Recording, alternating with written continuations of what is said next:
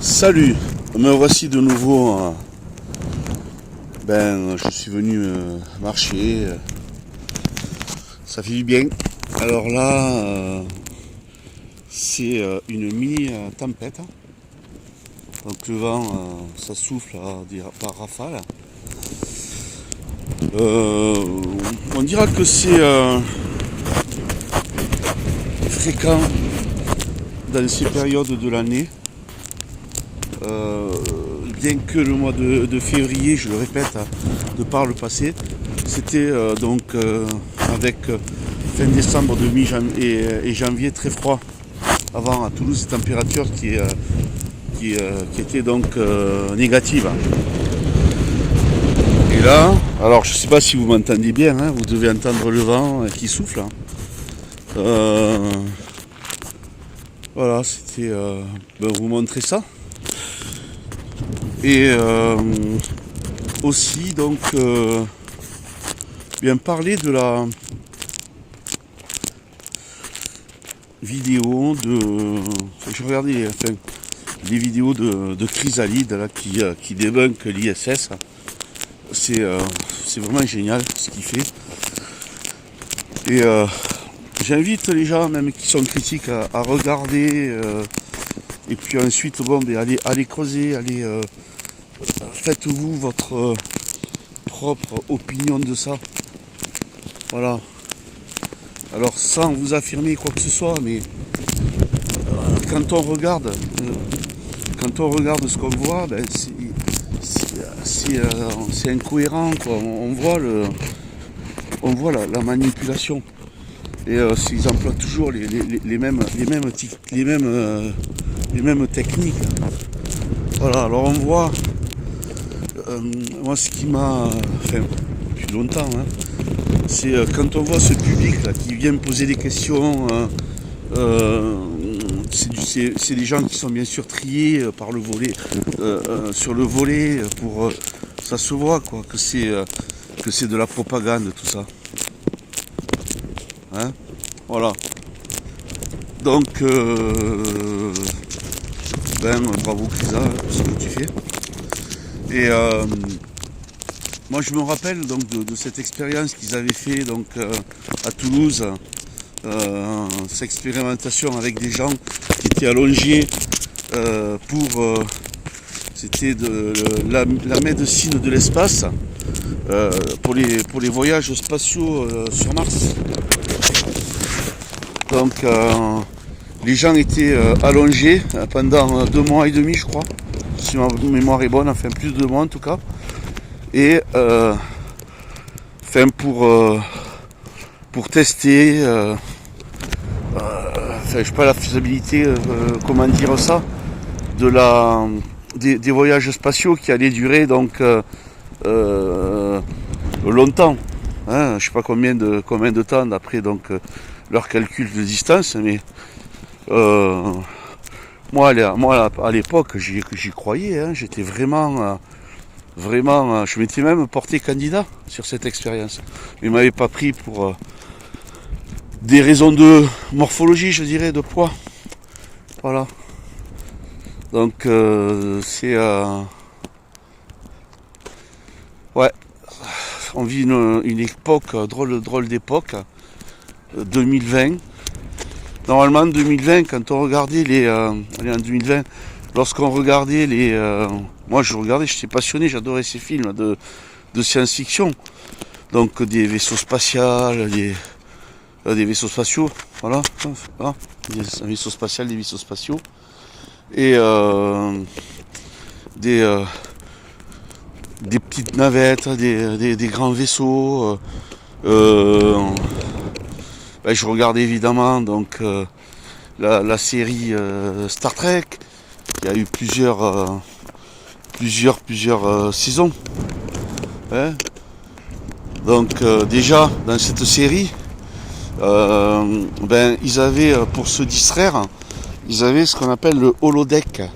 C'était donc ils rentraient dans une pièce et puis après quand ils étaient là-dedans, ça reproduisait par exemple là je suis dans un lac, il y avait un lac, des montagnes. Et ensuite donc des gens, des hologrammes. Ah, des hologrammes, c'était comme de vrai, puis après ils avaient leur code pomme, ils disaient stop, et puis voilà, des fois ça partait en vrille, monter le truc et ils arrêtaient le programme et repartaient. Voilà. Donc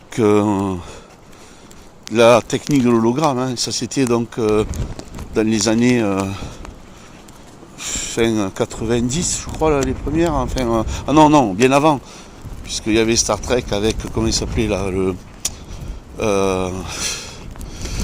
le capitaine Kirk, l'acteur, ah mince.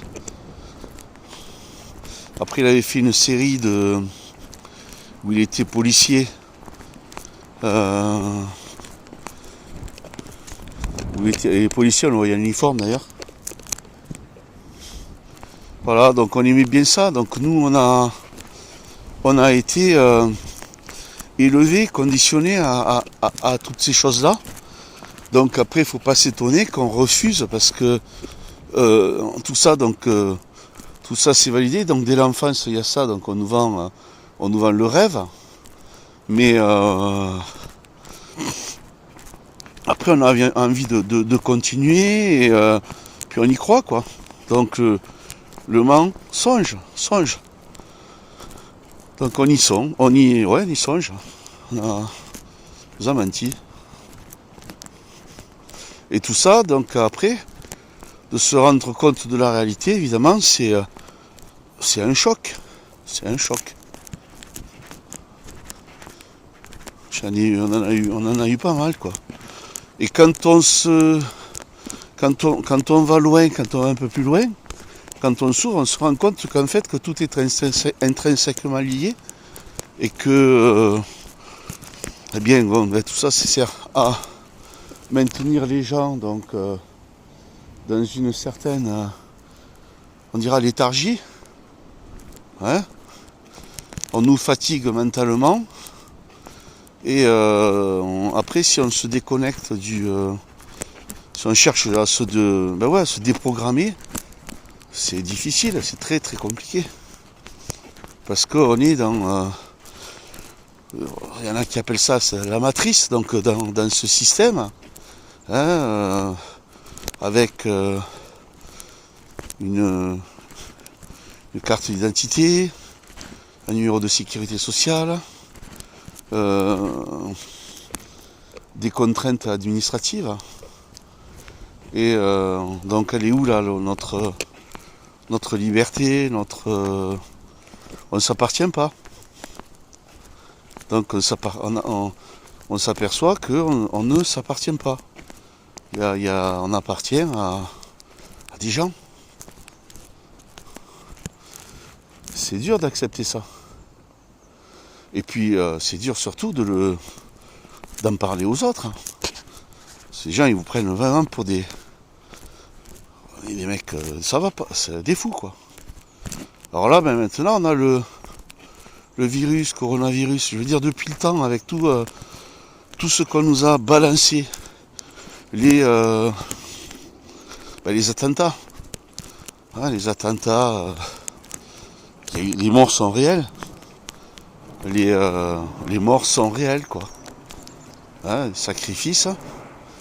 Et bon, de savoir ce qui se passe, voilà, c'est compliqué. Alors là, tant qu'il nous reste un petit peu de nature, bien que cette nature-là, donc ce soit un lac quand même artificiel, mais donc avec de la végétation, on peut faire repousser tout ça, les arbres. Et j'ai quand même constaté que au niveau énergétique, en touchant les arbres, les troncs, c'était pas vraiment enfin, j'ai senti des arbres avec plus de... Voilà. Bon, celui-là est pas mal. Mais bon, c'est pas ça. J'ai senti des arbres encore avec plus de force quand vous... Parce que l'endroit est quand même pollué ici. Donc c'est joli, il y a de la verdure, c'est agréable, il y a des arbres, heureusement. Mais Voilà, là ça souffle, regardez au niveau de la cime des arbres comme ça fait.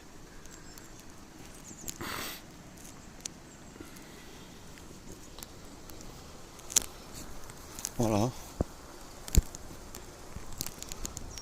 Donc je m'accorde ce moment et puis je viens filmer.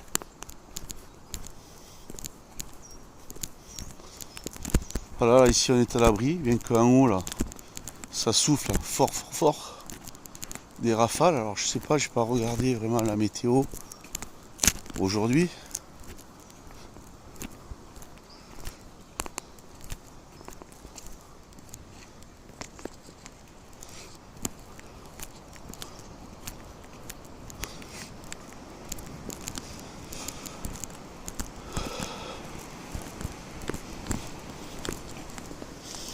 Voilà, voilà où je suis.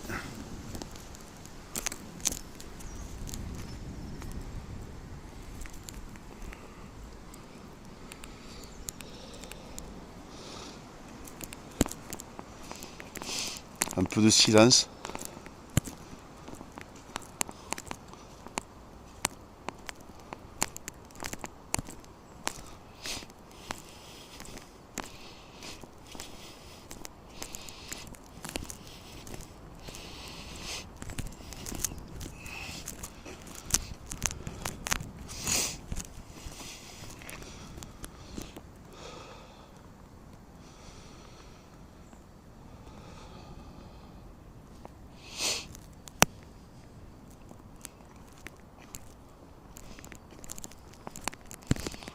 Les couleurs, le vert. On peut soigner des mots par les couleurs. Ça s'appelle la chromothérapie.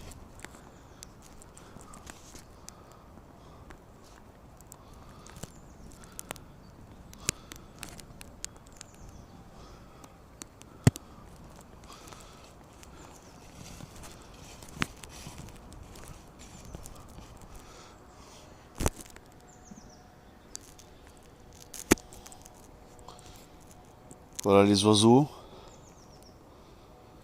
Mais on entend quand même les bruits de la route qui est